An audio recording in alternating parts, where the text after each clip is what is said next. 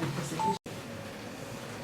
And they said, we are investigating incitement and malicious damage. Those were the two cases they were investigating. And that relates to the issue of ambush that has been talked about.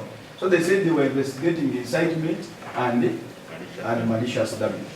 Now, when A1 Honorable Muwanga Kivumbi sought to state that there were murders in his home, imagine people taking a statement, objecting. Who was supposed to be taking a statement, they objected. Said, but this is my statement. Let me say what I saw and what I know. They objected. And when he insisted, and we insisted on that information going on record, they said, we will not proceed. And they immediately, of course, they were very angry and very passionate. They just closed the fight. So what they are purporting, what the state is purporting, that there is a statement, is actually no statement at all. There is no statement talking about terrorism. And I want we will bring it, we will ask them to produce any statement where A1 is being led to talk about issues related to terrorism. They have no statement at all. And accused first raised the murder, the question of murder of people at his house. The police told him to abandon that line and answer questions they asked him. And it is upon that stage that the police decided to terminate his statement recording. A clear indication that they did not want to hear about it, and two, that they wanted to dictate the kind of statement from him. To date, he has no statement. And I can challenge the state to produce the same. Specific statement being made about the murder. And to report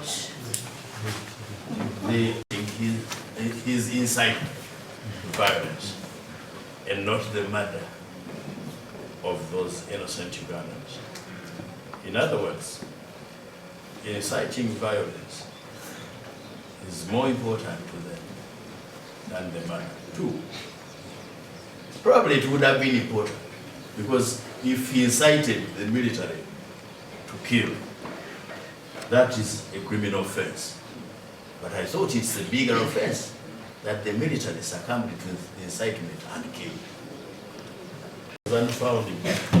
Instead of investigating it, is also taken to be in bad faith. It is not consistent with best practices of decent professionals. I therefore reiterate our earlier prayers. Your Worship, I invite you to exercise the duty imposed onto this court by the Constitution and the Human Rights Enforcement, and direct as prayed. Reported the murder which we police station.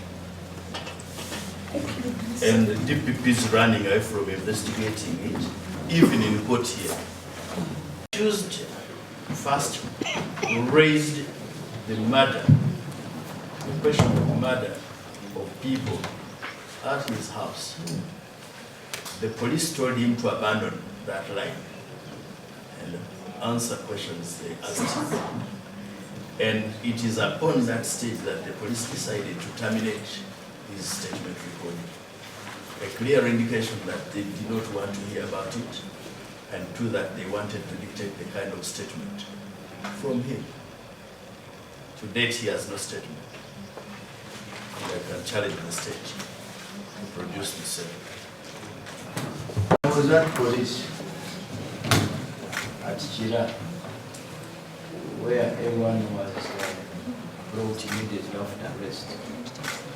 And while at police, there was an attempt to force him to make a statement in line with what the police preferred. And we took issue with that line. And at that point, because what Your Honor, 10 people at the home of the Honorable Muwanga.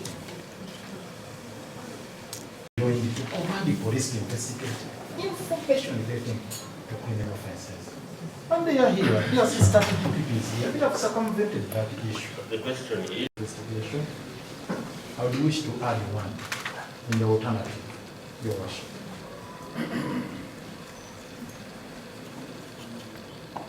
Your Worship, it's in clause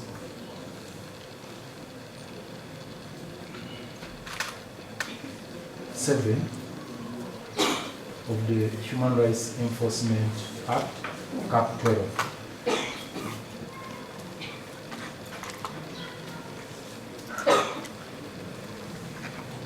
Specifically, yes, sub-rule 2.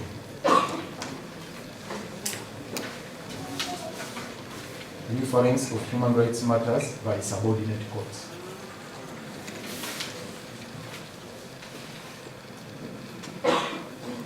Where in any proceedings in a subordinate court, any question arises as to violation of fundamental rights of freedom, the magistrate shall refer the question for determination by the High Court. And where a human